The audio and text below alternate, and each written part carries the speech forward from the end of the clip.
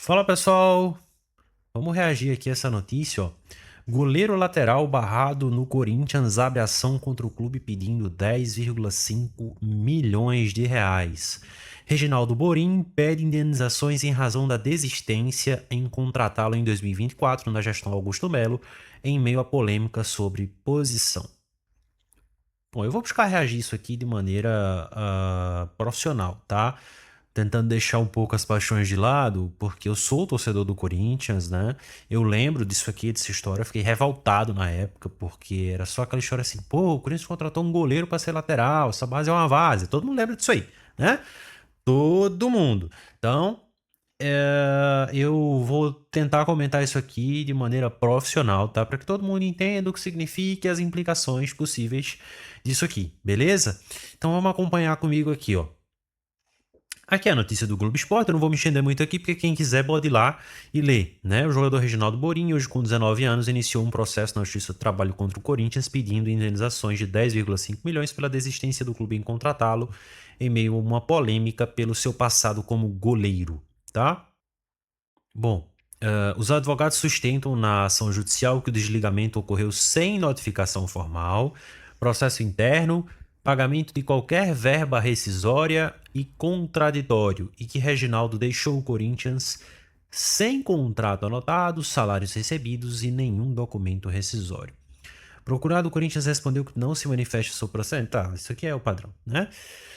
Advogados de Reginaldo relatam na ação que, em razão da desistência, o jovem desenvolveu quadro depressivo diretamente relacionado ao episódio, está em tratamento médico e psicológico e teve sua capacidade de retomar a carreira profissional comprometida. Isso aqui, assim, não estou dizendo que é mentira, mas é normal que advogados juntem isso aqui em processos, tal, até para ver se aumenta o valor da indenização.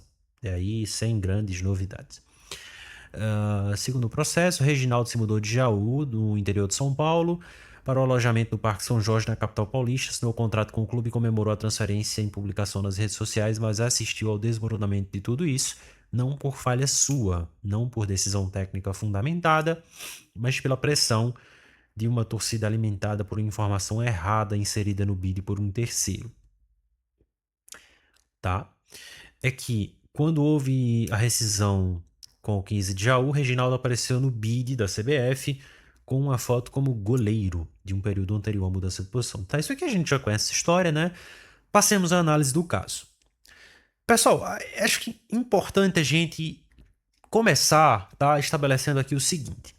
Há uma informação aqui que é muito importante, tá? O Corinthians chegou a celebrar um contrato de trabalho com o Reginaldo ou apenas interrompeu uma contratação ainda em formação? Por que eu pergunto isso?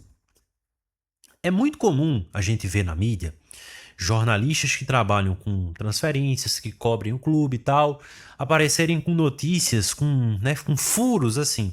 Olha, entre o clube e o jogador está tudo fechado, só falta assinar. Então, meu caro, não está fechado, né?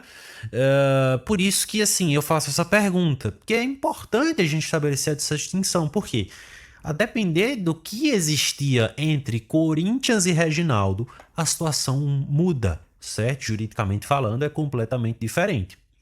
Se existia contrato especial de trabalho esportivo válido, tá? Se existia contrato, né? Então, houve uma dispensa antecipada de um atleta profissional contratado por prazo determinado, tá? Se o clube ainda não havia manifestado formalmente a sua vontade, aí a gente se desloca para a responsabilidade pré-contratual, o que é juridicamente totalmente diferente e rende indenizações totalmente diferentes, tá? Primeiro, a questão central aqui, de início, tá? Para a gente abrir esse caso é o seguinte. A matéria afirma que o Reginaldo se mudou de Jaú para São Paulo, foi morar no alojamento do Corinthians, assinou um contrato de 3 anos e que tudo foi rescindido depois da repercussão negativa, tá? A ação tá pedindo 10 milhões e meio, né? Porque tem aí nesse bolo multa contratual, danos morais, 70 mil referente a uma rescisão antecipada e 16 mil referentes a salários referentes a 4 meses, né? Eu deixei uma colinha aqui tá? Porque é muita informação referente a esse caso. Eu fiz uma pesquisa jurídica antes, estruturei tudo direitinho para trazer para vocês aqui uma análise completa. É por isso que vocês vão me pegar em determinado momento lendo aqui na frente, tá? Porque realmente eu deixei uma colinha para facilitar a análise, tá? Olha só, tem uma reportagem publicada em agosto de 24, eu deixei separada ela aqui, ó, para mostrar para vocês. Corinthians desiste de contratar para a base lateral que era goleiro em 2023 após repercussão ruim. Timão tinha fechado o contrato de 3 anos com Reginaldo Borim, de 17 anos. Menos de uma hora depois do GE publicar a matéria sobre o garoto, a diretoria abre mão do contrato. Vamos ver. O que nessa matéria aqui informa, ó? O Corinthians desistiu de contratar, tal, isso aqui a gente já informou. A decisão foi tomada após a repercussão negativa da reportagem publicada pelo GE nessa sexta-feira. Reginaldo assinou um contrato profissional de 3 anos, mas o documento não tinha sido registrado na Federação Paulista e na CBF. Aqui é uma informação, tá certo? Olha abaixo a declaração do Claudinei. Olha só isso aqui, ó. Hoje eu fiz um apanhado de tudo o que aconteceu com esse garoto. Chamei todo mundo aqui. A projeção dele é boa para um lateral esquerdo, posição difícil hoje em dia, mas diante do que pode sair aqui, eu vou mandar embora. Não foi finalizado ainda. Não está no bid. Presidente não assinou. Eu não assinei. Não vou ficar com esse garoto. Então, assim, gente, o que o Claudinei disse aqui? É uma contradição clara com o que está aqui em cima. Olha só. Reginaldo assinou o contrato profissional de 3 anos, mas o documento não tinha sido registrado na Federação Paulista de Futebol e na CBF. Uma coisa é ter um contrato assinado, tá? Outra coisa é, não foi finalizado ainda, não tá no bid, o presidente não assinou, não vou ficar com esse garoto. É possível que ambas as afirmações sejam verdade? Sim, mas vou explicar como. Vê só, o que o Claudinei diz? O negócio não estaria finalizado, o presidente nem o próprio diretor teriam assinado o documento. Tá, Claudinei. Então, antes de tudo, é bom deixar registrado aqui o seguinte, eu sempre afirmei e continuo afirmando, palavra de dirigente esportivo, eu não assino embaixo jamais. Se o dirigente pode dizer com todas as letras A hoje, é perfeitamente possível pelo que a gente sabe de quem acompanha o esporte, não só como advogado, mas como torcedor mesmo, que ele pratique o B amanhã, né? Quantas vezes a gente já não viu isso acontecer? O dirigente fala uma coisa e no outro dia ele faz outra completamente diferente. Então, assim, com todo respeito ao diretor Claudinei, não é nada contra ele, é contra o mundo dos dirigentes de futebol de uma forma em geral, tá?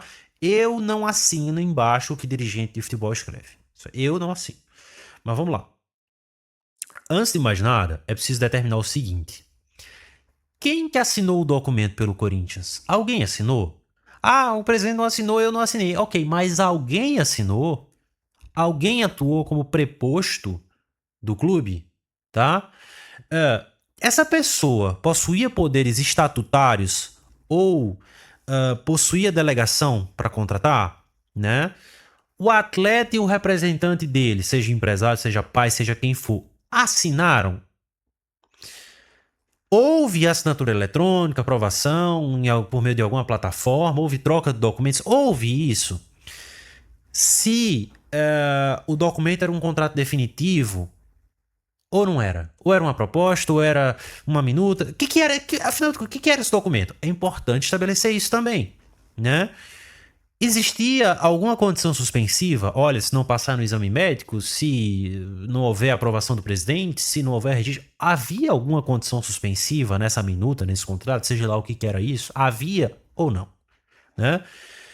Qual que é a data de início da vigência disso que foi assinado, né? Enfim, ou não foi? Qual que era a data de início? Precisa esclarecer. Deixei separado aqui também o seguinte. Qual era exatamente a cláusula indenizatória e compensatória prevista no contrato? Né? Então é o seguinte, a ausência de assinatura do presidente do Corinthians não é necessariamente fatal, não é algo que impede o contrato de existir. Né? O Corinthians pode ser validamente representado por qualquer outro dirigente, não precisa nem ser o Claudinei. Pode ser o diretor jurídico, um advogado que trabalhe para o clube, seja interno do departamento jurídico, seja um escritório externo. Né? Pode ser, ué. Da mesma forma, a assinatura do atleta, de forma isolada, não basta para demonstrar um contrato bilateral se o clube ainda não tiver manifestado um aceite, né? Eu posso preparar perfeitamente um contrato, assino, mando pro Corinthians, digo, assina aí. O clube pode dizer, não quero assinar. Se o clube não assinou, o clube não está vinculado àquele contrato. Aqui eu tô falando o seguinte, é uma hipótese, nós não sabemos de forma muito clara o que aconteceu nesse caso desse atleta Reginaldo, né? Por isso que eu tô falando, é importante que se esclareça qual o contexto dessa história, né? Alguém assinou pelo Corinthians e se assinou, tinha representação legítima para fazê-lo? Se não, há uma clara invalidade aí nesse contrato. Ao seguinte também, a falta de registro no BID, que foi o que o Claudinei falou aqui, ó, não foi finalizado ainda, não tá no BID, não assinou e tal. Isso aqui, desculpa, isso aqui não tem nada a ver com o contrato, Claudinei. Isso aqui não tem, para fins trabalhistas, nada a ver.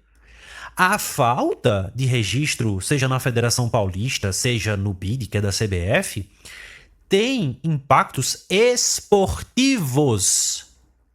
Só. O atleta fica impedido de participar dos jogos, de ser relacionado e tudo, né? De aparecer lá na súmula. Agora, com relação aos impactos trabalhistas, zero. Zero. Certo? Isso aqui, com todo carinho, assim, e agora eu vou falar como torcedor mesmo, evidencia o amadorismo existente na gestão do Corinthians. Não só na última gestão, né? Mas em várias últimas que a gente viu aí. Pô, dizer assim, não vou ficar com esse garoto, não tem nada no BID. Impacto trabalhista disso é zero, né? O BID não cria contrato de trabalho, tem nada a ver com isso. BID viabiliza condição para jogo. Só o atleta pode ter um contrato de trabalho regularmente firmado com o clube e não tá pronto para jogar, e não tá lá no BID, certo? A gente teve, na época da gestão do presidente do William Monteiro Alves, o caso, por exemplo, do Victor Cantillo, que foi contratado, treinava no clube e tal, mas demorou semanas para aparecer no BID, né? Ainda na época que o técnico era o Thiago Nunes. Foi logo quando ele chegou que pediu a contratação do Cantillo junto ao Júnior Barranquilla, não foi isso? Então, e ele não pôde jogar por vários jogos até que fosse regularmente regularizado, né? Enfim, junto ao BID, por causa da contratação lá e tal, mas não tem nada a ver com o vínculo trabalhista dele com o Corinthians, né? Se o Corinthians e o jogador assinaram validamente o contrato, o fato dele não ter sido registrado, seja na Federação Paulista, no BID, na FIFA, no inferno, tá? Não autoriza o clube a tratar o documento como inexistente. Sim, isso.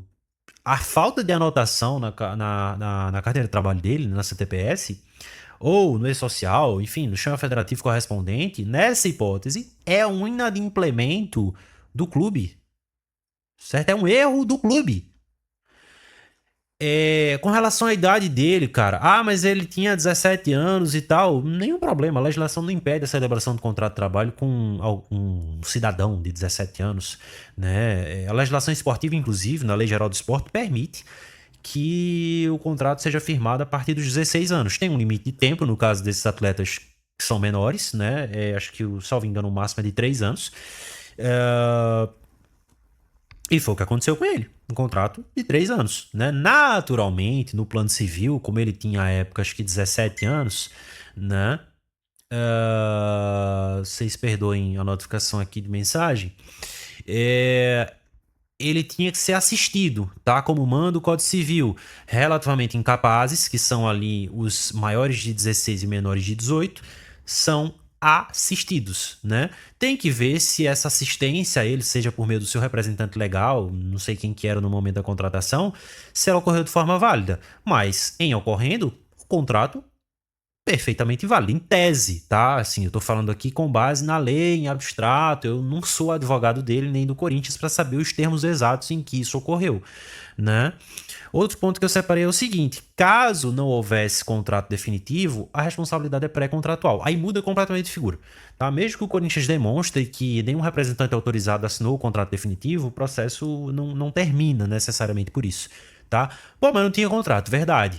Mas o que nós estamos discutindo aqui é o seguinte: se ficar confirmado que mesmo sem contrato definitivo, Pô, o atleta rompeu o contrato com o 15 de Jaú, ele veio, se mudou para São Paulo, ele começou a morar nas instalações do Corinthians. Tudo isso. Mas não tinha contrato, não interessa.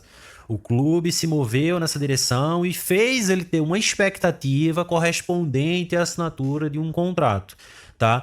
Então, existe já a jurisprudência no TST que reconhece que o clube é responsável, né, pela expectativa criada na pessoa, né? Não necessariamente o clube, o empregador, que nesse caso é o Corinthians, o clube, né? No caso do Reginaldo, o que a gente tem de notícia? Ele foi aprovado em exame médico, né? Houve declaração de dirigente dizendo que ele estava apto e tal. Então, assim, há claramente aí um direcionamento no clube do sentido de contratá-lo que gerou uma expectativa no atleta. E, sim, eu sou corintiano, mas eu preciso ser sincero, né? Qual que era a questão a ser feita nesse caso, né? Na minha visão? O atleta já assinou o contrato com o Corinthians? Não. Pô, então traz ele, cara, pra morar no clube. Não faz ele se desligar do 15 de Jaú. Não faz isso, sabe? Ah, mas, pô, olha o risco que vocês correram por um atleta, sabe? Aí o Reginaldo, que assim, não virou jogador, pelo menos até agora não, e não tô dizendo que ele não tem, eu nem conheço o rapaz. Olha quanto o Corinthians pode acabar gastando com um atleta por um descuido desse, sabe? E assim, a própria ficha do atleta, segundo a notícia do Globo Esporte, né, dizia que ele tinha, olha, ele vem evoluindo bem, não sei o que, foi a declaração que o Claudinei deu aqui, olha só, né? Fiz um apanhado, tudo. Cadê aqui? A projeção dele é boa para um lateral esquerdo, posição difícil hoje em dia, mas dentro pode sair daqui, eu vou mandar embora. Então, assim, diz que ele vinha evoluindo tal, ou seja, ele já vinha sendo acompanhado pelo Corinthians, né? Então, o TST, se a jurisprudência nesse caso for seguida, e acredito que será, né? Tem precedente, né? Que trata especificamente de pré-contratos, né? Nesse sentido, reforçando que a movimentação do clube na direção de contratá-lo não é juridicamente irrelevante, tá? Se não havia contrato assinado ainda, válido, né? Isso muda a questão de figura, mas não isenta o clube de responsabilidade, repito, né? A consequência jurídica muda, vai para a responsabilidade pré-contratual, beleza? Tem outro ponto também, a alegação de falta de processo interno e contraditório, né? Aqui a defesa do jogador foi num ponto interessante, mas secundário. O Corinthians é uma associação privada, certo? E como tal, na condição de empregador, não precisa instaurar um processo administrativo com contraditório antes de uma dispensa imotivada. Não precisa. Isso aqui é claro, assim, Justiça do Trabalho tem muito isso. O advogado pede aqui para ver se recebe aqui, né? Sim. Claro, se receber mais, ele tá satisfeito, mas ele joga tudo que tem para ver o que ele consegue, né? Então, assim, a garantia constitucional do contraditório, ela não transforma toda rescisão trabalhista privada em um procedimento disciplinar, né? Isso aqui foi uma forçação. Se o Corinthians estivesse imputando falta grave ao atleta, dizendo justa causa, né? Uma punição disciplinar, não sei o que, algo nesse sentido, dizendo que ele violou os termos, enfim, alguma coisa nesse sentido assim,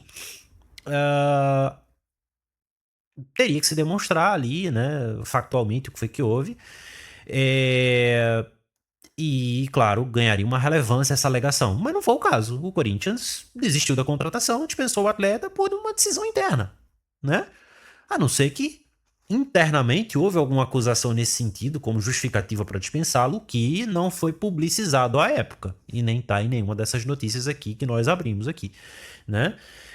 Então, assim, o problema aqui não está propriamente em não ter ouvido o Reginaldo antes de dispensá-lo, né? A questão central o Corinthians já estava juridicamente vinculado ou não?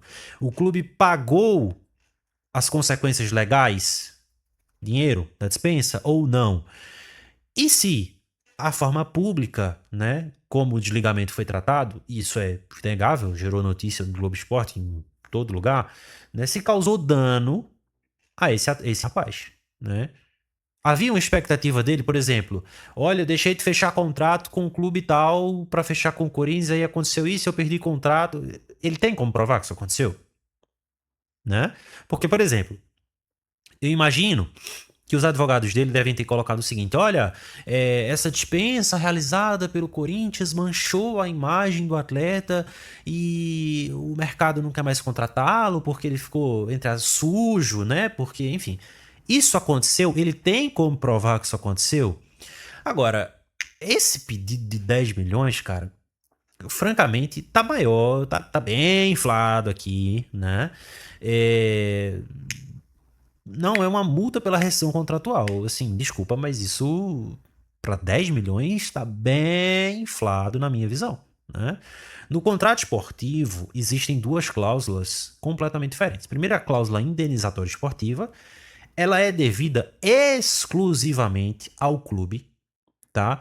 Quando o atleta se transfere para outra agremiação, tá? Durante o contrato ou em certas condições, retorna ao futebol por outro clube, né? O que acontece aqui? Em transferências nacionais, pode chegar a 1000 vezes o salário médio contratual e nas internacionais não tem limite legal equivalente. Né? Se os 10 milhões eram a chamada cláusula indenizatória, né, que é o que a gente conhece como a multa rescisória do jogador, né? O Reginaldo não pode simplesmente inverter para cobrar isso do Corinthians. Sim, isso é sem nexo, na minha visão, como advogado, tá?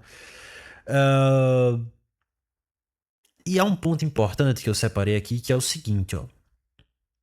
Que é o raciocínio do seguinte.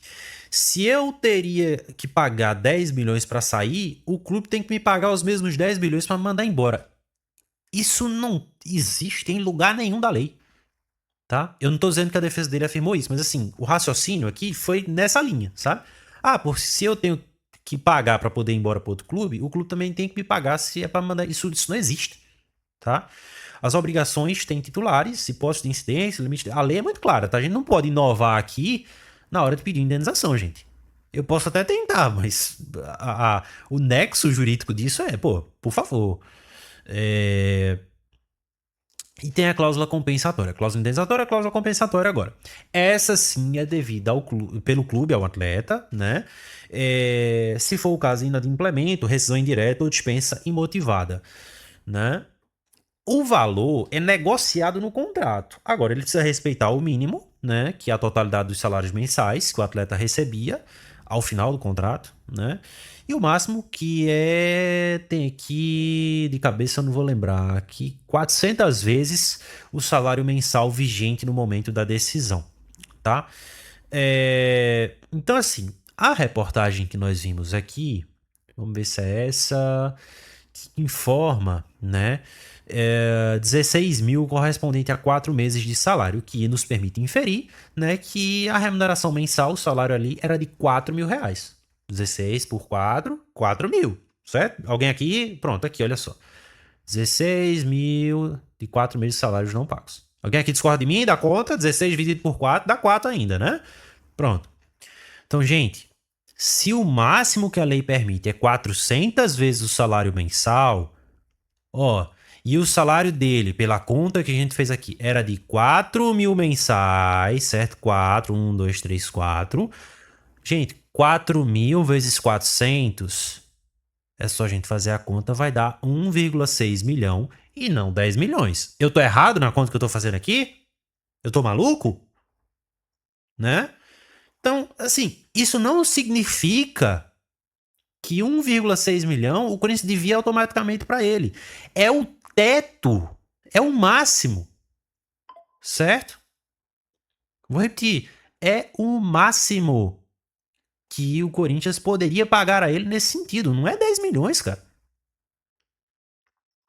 Então, o que vai definir afinal se vai ser o teto, se vai ser menos, enfim, depende do que estava escrito na cláusula, da remuneração correta, do número de meses restantes, tudo isso depende, né?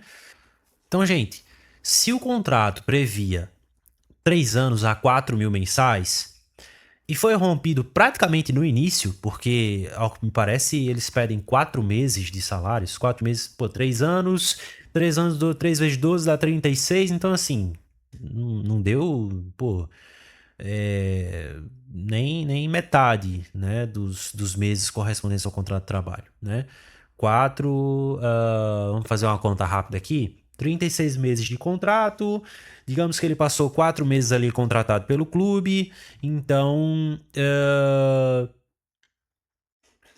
8 vezes 4, 32. 9 vezes 4, 36. Então, ele ficou um nono, né? Ele cumpriu um nono do contrato como atleta do Corinthians, tá? O que é um pouco superior a 10% do tempo, né? Mas continuando. Esse pedido de 10 milhões somente seria legítimo, certo? Somente ele tem consistência, melhor dizendo, se a defesa dele demonstrar alguma cláusula específica, né? Válida, né, juridicamente. Também tem isso, né? As cláusulas precisam ter validade jurídica.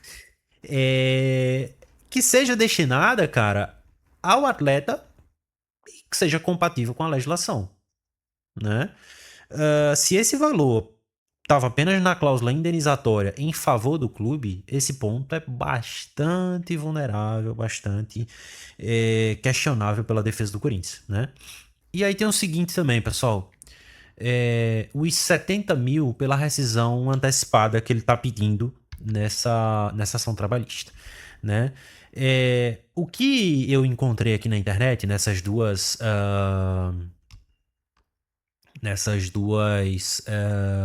notícias aqui, a de 2024 e a de agora, né? Não está explicando o fundamento para esse pedido de 70 mil. Olha só. Indenização de 70 mil pela rescisão antecipada do contrato, né? E francamente, não tem dizendo com que fundamento, né? Uma possibilidade possível, né? Uma possibilidade possível é ótimo, né? Mas enfim, continuemos. É a menção ao artigo 479 da CLT, né? Que corresponde a metade da remuneração que seria devida até o fim do contrato comum por prazo determinado, né? Se essa for a tese que a defesa de Reginaldo está utilizando, né, tem um obstáculo sério, que é o artigo 28, parágrafo 10º da Lei Pelé. Vamos abrir aqui? Olha só. Lei Pelé. Olha aqui, ó. Lei 9.615, artigo... Vamos ver aqui, ó. Vocês vão ler comigo aqui, né? Artigo 28, 26, 27A, 27B, tal, vamos lá.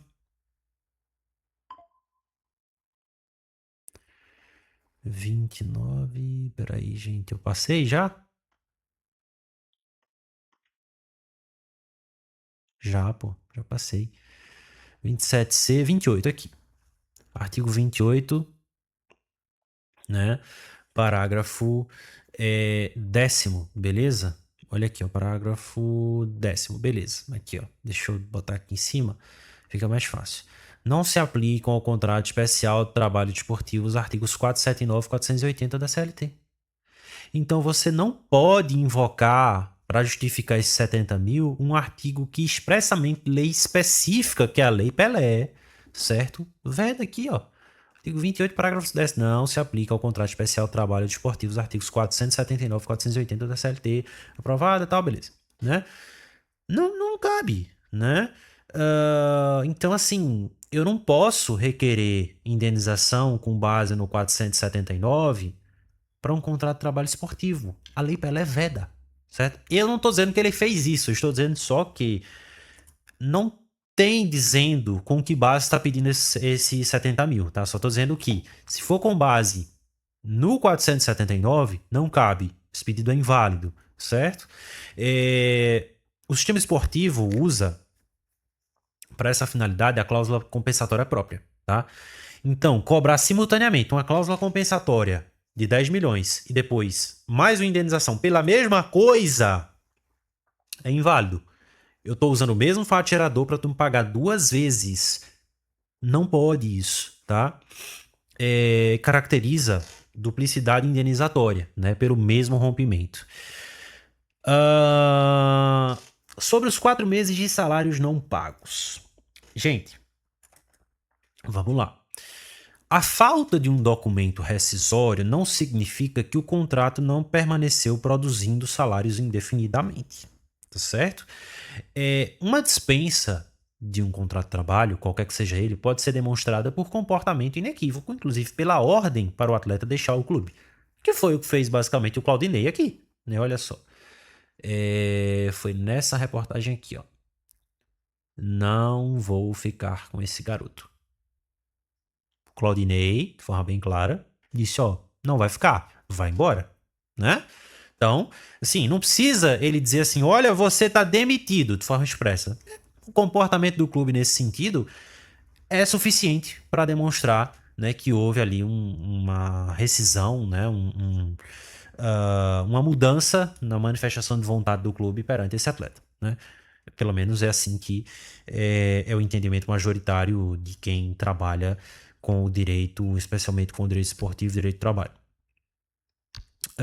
Portanto, se o Corinthians comunicou claramente o encerramento poucos dias depois da chegada do rapaz, esses salários são devidos pelo período em que ele teve contratado, né? E à disposição do Corinthians. Mas ele não jogou, mas ele estava à disposição do Corinthians, ele estava trabalhando, ele estava indo se apresentando ao clube lá dele, ele era empregado do Corinthians, tá? Então, assim, para obter os 4 meses integrais, cara, assim, ele vai precisar explicar o seguinte: quando que o contrato iniciou, tá? Isso é importante dizer assim, tá, 4 meses, você começou a trabalhar que dia? Durante quanto tempo você permaneceu juridicamente à disposição do Corinthians? Você ia trabalhar todo dia? Até quando? Quando é que aconteceu isso, né? Você continuou alojado? Você foi morar em outro lugar, né? Você estava esperando providência do Corinthians? E assim, por que esse contrato ficou ativo por esses 4 meses? Por quê? O que aconteceu, né, durante esse meio tempo para que você continuasse ligado ao Corinthians juridicamente, né? Ah, mas não houve baixa no bid, o Corinthians pode dizer, ou ele pode dizer, é pouco relevante, né? Porque sequer houve o registro inicial, né? Nem na Federação Paulista, nem em lugar nenhum. Enfim. A inexistência da anotação trabalhista e, enfim, do termo rescisório pode demonstrar, e na minha opinião demonstra, desorganização, enfim, um descumprimento formal do clube, mas não define um período salarial específico, né? E aqui vem uma parte assim que, pô, me incomoda é porque não é que me incomoda, porque assim, isso existe, mas tá sendo meio que banalizado, assim, as pessoas jogam de qualquer maneira. Espero que não seja o caso. Eu não vi a petição inicial, não tô dizendo que é o caso do rapaz, o Reginaldo, mas é amplamente utilizado, gente, na Justiça do Trabalho. E muitas vezes os advogados não se dão o trabalho de juntar um laudo que seja, né, que é a alegação de dano psicológico, de quadro depressivo, né? E eu não tô dizendo que é mentira, tá, gente? Problemas de ordem psicológica, né? Existem e são muito sérios. O que eu tô dizendo é, muitas vezes jogam isso pra ver se cola. Olha, ele não assinou, ficou muito mal aqui, não sei o quê. É possível, é perfeitamente possível, né? Mas, muitas vezes jogam ali pra ver se cola, né? Primeiro que assim, é preciso que a defesa do atleta demonstre que esse dano psicológico decorre diretamente desse não contrato, sabe? É por aí. E é preciso demonstrar uma violação adicional a direitos da personalidade, se houve circunstâncias, né, nessa dispensa que tenham sido potencialmente lesivas ao psicológico dele, alguma coisa nesse sentido. Mas nesse caso, Me parece que sim, né? Porque ele tinha 17 anos, ele deixou o clube anterior, ele se mudou para São Paulo, ele foi colocado num alojamento, ele estava tecnicamente aprovado, e a decisão foi tomada por pressão. E assim, o Corinthians é um clube de repercussão internacional. Então, no momento em que você é um atleta do 15 de Jaú, com todo respeito ao 15 de Jaú, mas é completamente diferente. Você sai, você vai jogar no Corinthians e de repente seu nome tá estampado nos maiores portais de notícias do país. A torcida sabe seu nome, tá querendo te matar. Porque assim, eu acho que nem a torcida sabe que a culpa não era do atleta, mas assim, né? No fim das contas, sobra pra você também, amigo. Futebol é assim, né? Então, eu acho bem possível que tenha havido sim esse dano psicológico a ele, né? Há aqui claramente circunstâncias que tornam possível a ocorrência desse dano, tá? E essa reportagem aqui de 2024, né, atribui ao Claudinei a afirmação, né, de olha só, afirmou o Claudinei Alves, eu não tô maluco aqui, gente, né? Hoje eu fiz um apanhado de tudo que aconteceu, tal, chamei todo mundo aqui, a projeção dele é boa, né? Posição difícil, então assim, olha, você tem projeção, você vai crescer, tal, aquela coisa que, pô, se você tem 17 anos, amigo, se houve um diretor de um dos maiores clubes do Brasil e do mundo falar uma coisa dessa, você já fica, pô, cara, você jogador, não sei o que, né? Pô, eu quando tivesse com essa idade, se eu ouvisse isso com 27, eu ia ficar animado, pô. Imagina com 17. É... Então, assim, a pressão certamente foi grande, né? E a gente sabe que foi. É... E o próprio Claudinei afirma aqui embaixo, ó. Cadê? Podemos estar acabando com a carreira de um garoto. Tenho esse sentimento, mas estou mandando embora. Paciência. Então ele próprio reconhece que o dano era possível. Essa declaração do Claudinei, eu aposto com vocês, o que vocês quiserem. Eu aposto que essa declaração do seu Claudinei Alves está no processo. Certo? Foi juntada como um comprovante, dizer assim, tá vendo? Ó, até o próprio diretor do Corinthians reconhece a possibilidade. Eu garanto a vocês, esta declaração do Claudinei aqui, esta aqui, certo? Foi juntada pela defesa desse rapaz aqui no processo. Podem conferir que vocês vão achar, tá? Podem conferir, né? Mas assim, há que se ter cautela com relação ao dolo, né? Que é o que a gente discute muito no direito penal, mas que cabe aqui também na questão trabalhista, né, desse rapaz, né?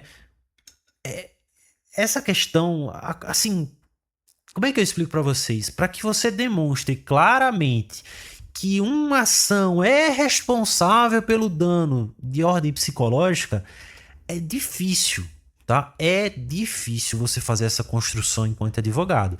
Agora, você tenta, né, construir esse nexo causal entre as afirmações do Claudinei, a dispensa e as ações do Corinthians de um modo geral. Né, você tenta certamente criar esse nexo causal com o dano. Tem que ter prova médica, né? Quando é que começaram os sintomas, que tipo de sintoma era, né?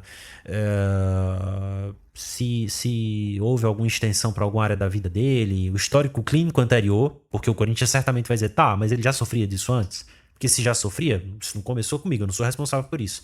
Né? É possível que o Corinthians adote essa linha de defesa quanto a esse ponto, tá? Houve impacto funcional, quer dizer, em que nível esse dano psicológico ocorreu, né? Ele ficou impossibilitado de fazer alguma coisa quando estava treinando, enfim, tudo isso é avaliado num processo, tá? E eventualmente pode ser feita sim uma perícia judicial para avaliar, né, esses danos que a defesa alega que ocorreram, né? O fato de, eventualmente, esse sofrimento ter chegado após a rescisão do contrato é um indício temporal, mas sozinho não constitui nexo ali para você dizer que um é responsável pelo outro, tá? Tem um valor também de 500 mil aqui. Olha só, vamos mudar de matéria aqui, né? Cadê aqui, ó? Indenização de 500 mil por danos morais, certo? O valor per si, né, ele não é juridicamente impossível. Mas o STF decidiu que os parâmetros do artigo 223G da CLT não funcionam como tetos absolutos, embora devam orientar a fundamentação do juiz. Mesmo assim, 500 mil é um pedido bastante elevado, na minha visão, para uma relação de trabalho de curta duração e um salário aparentemente baixo, né? Para os padrões do esporte, pelo menos, né? A gente sabe que não são todos os atletas que ganham 4 mil, tem muitos ganhando muito menos, mas assim, pro nível do Corinthians, é um salário baixo, né? Até mesmo para base, assim, tem atletas de base do Corinthians ganhando muito mais do que isso.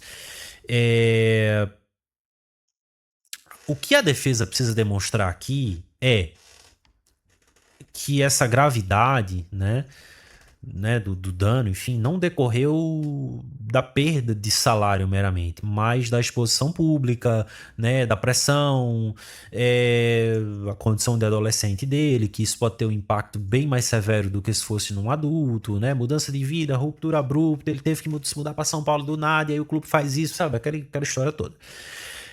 Existe uma teoria também muito usada no direito que pode ser alegada aqui pela defesa desse rapaz, que é a chamada teoria da perda de uma chance, né?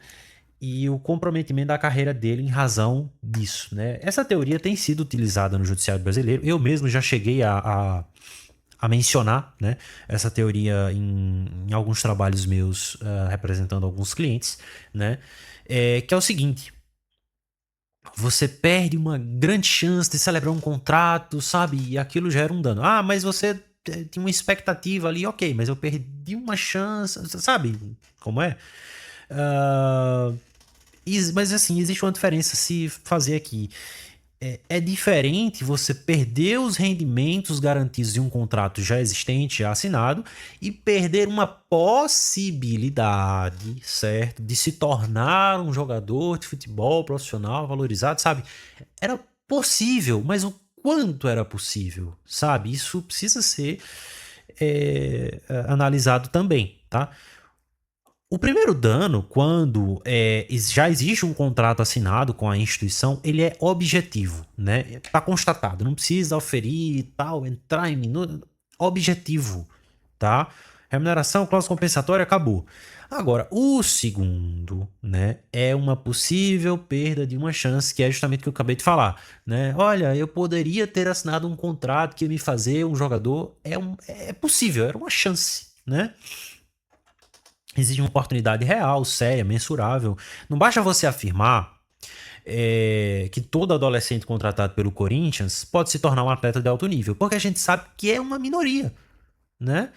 Mesmo em elencos que foram campeões de Copa São Paulo, enfim, de torneios de base aí, um perdido vira um jogador de alto nível, né? Ou mesmo de Série B.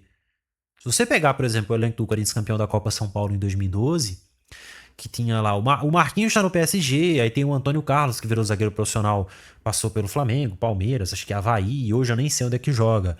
Você tinha também naquele elenco o Matheus Vidotto, que tá jogando no Japão, eu acho que tava, não sei se ainda tá.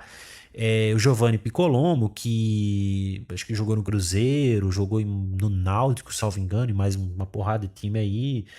O Mateuzinho, que um dia desse estava jogando no Sudão, pô. Tinha aquele Douglas Tank, lembra do Douglas Tank? Então. Pô, acho que. Eu lembro de mais alguns caras, mas assim, que deram mesmo jogador de algum sucesso mesmo, não lembro de mais ninguém. Sendo bem franco pra vocês, né? Tem o elenco campeão da Copa São Paulo, pô, não lembro se foi 2015 ou 17. Pedrinho virou algum jogador enfim, de alto nível, assim, porque joga em clubes Atlético Mineiro, Corinthians, Shakhtar Donetsk, Benfica, enfim, né? Quem mais era daquele elenco, meu Deus? O Marquinhos, que Bragantino, Sport, Corinthians e não sei onde é que tá jogando agora. Bom, vamos continuar com a nossa análise aqui. O que eu quero dizer é o seguinte: mesmo em elencos campeões, a gente conta nos dedos os atletas que viram um jogador de jogar pelo menos na Série B, que dirá, assim, sabe, primeira divisão, Europa, enfim, muito raro, muito, muito raro, né? Então, A defesa pode utilizar como elemento favorável, né? Olha, não, mas ele foi aprovado tecnicamente, disseram que ele tinha futuro, né? Assinaram um contrato de 3 anos. O Corinthians também pode dizer o seguinte: olha, ele jogou só tantos minutos em partidas oficiais, a avaliação indicava uma chance de virar um jogador, não quer dizer que ele efetivamente viraria, né? Ele tinha uma projeção boa, mas projeção não se traduz em efetividade, enfim. Defesa, né? Argumentos defensivos. A defesa pode, evidentemente, projetar salários futuros, transferências milionárias, mas isso é altamente especulativo, isso não tem fundo concreto, né? Então, assim, acho difícil que seja aceito pela Justiça do Trabalho nesse sentido aqui, acho bem difícil. Me parece que é uma ação anterior contra o 15 de Jaú, né? Ele já havia processado o 15 de Jaú, tem aqui, ó, né? Aqui, ó. Reginaldo chegou a processar o 15 de Jaú, mas perdeu a ação. Eu não vou acessar essa história aqui, porque, francamente, é uma outra questão. Nós estamos tratando aqui de Corinthians. Mas interfere? Sim, né? Ele disse que o 15 de Jaú teria inserido, deixar anotado aqui, inserido ou mantido informação falsa sobre sua posição como goleiro. Porque lembra da polêmica? O Corinthians contratou um goleiro para ser lateral esquerdo e tal. Essa ação foi julgada improcedente na primeira instância, tá? Em que foram apresentadas súmulas, né, pelo clube, demonstrando que ele efetivamente tinha atuado como goleiro. Não era invenção do clube, ele realmente era goleiro, né? Ou pelo menos foi relacionado para alguns jogos como goleiro, né? E a sentença do processo, em que ele processou o 15 de Jaú, concluiu que a mudança de posição era normal nas categorias de base, enfim, não tinha nada. O clube não tinha que ser processado porque mudou o cara de posição, né? Era algo normal, certo? E realmente é. Tem vários jogadores aí que começaram como zagueiros. Num jogo lá na base, o cara foi lá, jogou de centroavante, fez 5 gols, pronto. A partir de agora você é centroavante, tal, entendeu? Isso acontece muito em categoria de base, a gente sabe, né? Essa decisão produz algum efeito contra o Corinthians? Não. Que envolve outro réu, é outra relação jurídica, outro pedido. Mas tem relevância probatória, sim. Isso é diferente. Isso tem, sim. Por quê? Enfraquece a petição inicial quando diz o seguinte: olha, a torcida foi alimentada por uma narrativa de uma informação errada. Não, a sentença já demonstrou que não era uma informação errada, certo? Ele realmente foi relacionado, ele realmente chegou a ter a posição dele no 15 de Jaú como goleiro. Não é? Pô, não, porque o Corinthians foi. A torcida do Corinthians foi alimentada por uma informação errada e isso causou. Mentira, tá? Isso não é verdade. A informação, e não tô aqui, não sou eu afirmando, a própria sentença deixou claro, né? Não era uma invenção da torcida do Corinthians, nem da imprensa, nem de ninguém, né? Então, assim, é basicamente isso, cara. O que o Corinthians pode alegar numa defesa aqui? Primeiro, a inexistência de contrato definitivo. Né? O Corinthians certamente vai sustentar isso. Olha, não tinha contrato definitivo, a gente tinha uma negociação, né? Se tivesse contrato, a gente teria registrado no BID, algo dessa natureza, né? Havia uma negociação sujeita à aprovação, que tinha que ser assinado pelo presidente Augusto Melo, pelo diretor Claudinei Alves e tal, e nada disso aconteceu. Então, houve sim a intenção do clube de contratar, mas nós não contratamos, desistimos e tal, enfim, alguma coisa nesse sentido. Não sei se o Corinthians vai alegar, mas eu tô dizendo que é uma tese possível, né? Olha, havia ausência de vínculo efetivo, essa multa de 10 milhões é inaplicável pelos limites que eu já demonstrei aqui, poderia chegar no máximo a 1,6 milhões, não a 10 milhões, né? O artigo 479 também não é aplicável, em razão da Lei Pelé, né, que veda a aplicação em contrato esportivo. Não há dano moral automático, né, foi uma decisão de gestão sem uma ofensa pessoal do clube contra esse rapaz. Então, assim, não havia informação falsa. Eu estudaria a defesa nesse sentido. Qual que é o grande problema? A declaração pública do seu Claudinei, né? Que dificulta algumas dessas defesas. Ele reconheceu que o atleta foi aprovado e que estava para ser contratado, certo? E que afastou esse rapaz por pressão. Tá aqui, eu não tô inventando nada. Tá aqui, olha só, olha só. A declaração do Claudinei aqui, ó. Podemos estar acabando com a carreira de um garoto, né? mas estou mandando embora. Ele diz aqui em cima, olha só. Cadê? Eu acho que tá na outra notícia. Vamos aqui, ó. Acabaram comigo agora no grupo do conselho. Infelizmente, não vou ficar sofrendo pressão do clube. Deixa eu selecionar aqui, né? Por causa de um atleta. Podemos estar acabando com a carreira de um garoto. Tenho esse sentimento, mas estou mandando embora. Então, assim, ele deixa claro. Não contratou por pressão. Né? Assim. Essa declaração do Claudinei tá aqui, ó. Fiz um apanhado, tudo que aconteceu, parece que a gente já falou, não vou ficar repetindo. Mas enfim, havia uma projeção positiva para ele, nas palavras do Claudinei, não sou eu que estou falando, e que eles deixaram de contratar por isso, né? E aí existem algumas provas, cara, que são relevantes aqui para definir, né, o desfecho do processo, né? Tem que se verificar que contrato foi esse que foi assinado. Tem que se achar, juntar o processo para verificar as condições do contrato, se tinha alguma condição suspensiva ou não, quem assinou, se o rapaz estava representado por algo, assistido, na verdade, né, como relativamente incapaz. Se não estava, quem foi que assinou pelo coisa que assim, o Claudinei falou, não fui eu. O presidente também falou que não assinou. Então tem que saber quem assinou pelo Corinthians esse contrato. Se é que assinou. E em havendo assinatura, se essa pessoa era legitimamente representante do Corinthians, né? Se tinha legitimidade para representar o Corinthians, né? Numa negociação como essa, certo? Para assinar um contrato de trabalho com um rapaz, né? Registro, exame médico, avaliação técnica, e-mails trocados, tudo isso vai ser juntado nesse processo, ou pelo menos deve ser, né? Testemunhas da contratação dizendo se foi contratado realmente, se o que tinha era só uma negociação. Esse rapaz certamente tem empresário, né? Então, assim, o empresário vai depor, é claro. Olha, negociei com fulano, disse que estava tudo fechado, assim, tal, não sei o que, enfim.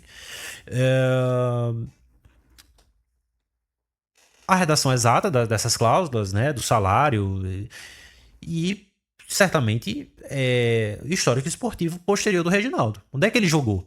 Aliás, vamos procurar aqui. Já estamos aqui mesmo, olha só. Reginaldo Borim. Vamos aqui, olha só. Né? Olha aqui, ó.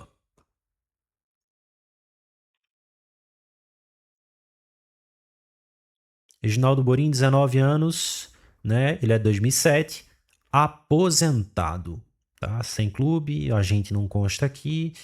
Tá. Ele nem consta aqui no Corinthians, na verdade, porque a transferência foi cancelada, né? Rolândia, 2023, 2024, 15 de Jaú, né? A posição dele aqui consta como lateral esquerdo, tá aqui, ó. 1,80 m, beleza. Vamos voltar para cá, né? Ó, eu vou até dar mais um Google aqui. Reginaldo Borim, tá? Ó, nada que nos remeta a ele em outro clube. Reginaldo Aparecido Borim. Tá, só para mostrar aqui, né? Divorciados. Isso aqui é outra coisa, gente. Talvez seja o pai dele. O nascimento 27/12/73, muito provavelmente é o pai dele, né? Enfim, não nos interessa. Isso aqui é algo pessoal dele, não é da minha conta. Voltando para cá. Então, assim, cara, né? Eu acho que ele tem uma posição forte, né, no processo para ter o seguinte: reconhecimento do contrato. Acho que sim, as declarações do Claudinei são uma prova forte nesse sentido, né? Anotação do vínculo, FGTS, contribuição, parcela, tudo isso. O Corinthians certamente não, assim, mas a gente não pode falar pelo juiz, né? Mas muito provavelmente vai ser obrigado a pagar. Documentos rescisórios e uma cláusula compensatória esportiva nos termos legais e contratuais, a depender do que foi assinado, né? Do que existia numa eventual minuta, não sei. Dano moral. É plausível, mas vai depender da prova juntada ao processo, né? Eventual prova de um modo abusivo, de uma ruptura contratual e das consequências que isso gerou. Então, assim, é mais incerto. Pedir 10 milhões, cara, aí já é mais difícil, tá? Eu acho que é um ponto muito fraco aqui na tese dele. É claro, eu acho até que o próprio advogado dele sabe disso, advogado ou advogada, né? pedir 10 milhões aqui não é garantido que vai receber 10, mas, pô, você, digamos que o advogado tá representando ele aqui para receber 30%, tá? Então, vamos supor que o Reginaldo, em vez de, pô, 10 milhões, receba 10% disso, 1 milhão. Amigo, são 300 pau na conta do advogado. Tá ruim? De jeito nenhum. Pô, você é louco. Né? Se ele ganhar 1 milhão aqui, imagina, um moleque que não virou jogador, né? Receber 700 mil, que é uma grana boa, e o advogado 300, pô, é excelente pra ele, cara. Né? Pra quem nem chegou a ser contratado e tal, ou pelo menos em tese, né? Enfim, não chegou a virar jogador do Corinthians efetivamente, né? Não disputou partida e tal, e sair com 700 conto no bolso, amigo, negócio da China, pô. Você é louco. Mas assim, tem que ver se ele assinou de fato o documento, toda aquela coisa todinha que eu já expliquei aqui, né? Então, assim, o caso tem fundamento jurídico real? Tem, mas o valor divulgado tá muito inflado, né? E, enfim, com a análise que eu fiz aqui é apenas com base nas informações públicas que vocês aí do outro lado temos conhecimento, né? Se existe alguma outra informação que impacte, que mexa nos valores, aí eu não tenho como analisar tal. Bom, então assim, a melhor tese dele pra mim não é dizer, olha, não precisava de um contraditório, vocês pensam isso aí é balela, gente. É demonstrar que já tinha um contrato concluído, apesar de não registrado ainda, né? E que o Corinthians levou a fase pré-contratual a um estágio irreversível, porque fez ele romper o contrato com o 15 de Jaú, fez ele se mudar para São Paulo, toda aquela história toda que a gente, né, falou aqui, e que essa ruptura provocou, né, danos concretos além da frustração profissional, né, danos psicológicos, enfim, eu tenho certeza que procuraram juntar algum laudo médico do mais simples que seja nesse processo para, né, trazer essa afirmação como verídica. E o Corinthians, cara, que situação, hein, velho? O que o amadorismo de uma gestão não faz com o clube? O Corinthians, eu falo assim como advogado, mas dá uma raiva, hein? Caramba. Há uma possibilidade de responsabilização do Corinthians, né? Mas assim, pro Corinthians a melhor defesa é provar que nunca houve assinatura de contrato, né? Que nunca houve aceitação da contratação por parte do presidente, do diretor, o que é bem difícil, mas né? De algum representante autorizado e atacar a natureza desses 10 milhões aí que são, enfim, completamente inflados, minha visão pelo menos. Mas há um porém aí, tá? Reconhecer, né, que o Corinthians agiu de maneira judicialmente prejudicial, né, ou de maneira juridicamente censurável, não é reconhecer que o Corinthians deve 10 milhões para esse rapaz. São coisas diferentes e que serão devidamente tratadas, ou pelo menos espera-se que sim, na Justiça do Trabalho, né? A audiência foi marcada para 7 de agosto, daqui a uns dias, né? Hoje é 23, daqui a uns dias então teremos audiência, a defesa de jogador, conforme notícia aqui, ó. Olha aqui. Aqui, olha só.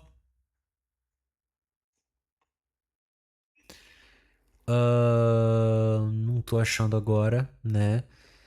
Não tô achando, mas a defesa dele declarou que espera uma composição. Então, aquela coisa, ó, a gente joga em 10 para né, aquela coisa da ancoragem, né? Todo mundo que já estudou negociação sabe como é que acontece, né? Joga em 10 milhões para ver se, né, ancora a outra parte a oferecer ali algo, né, dentro da zona possível de negociação, né? No mais, vamos esperar aí. Eu, com todo respeito, Reginaldo e tal, assim, com todo respeito, eu como torcedor e dada a situação do clube, não desejaria ver o Corinthians condenado, né? Mas, enfim, é isso, tá, pessoal? Espero ter ajudado vocês aí, corintianos e público jurídico de uma forma geral, a compreender o caso aí, a tirar suas próprias conclusões. No mais, tamo junto e é isso.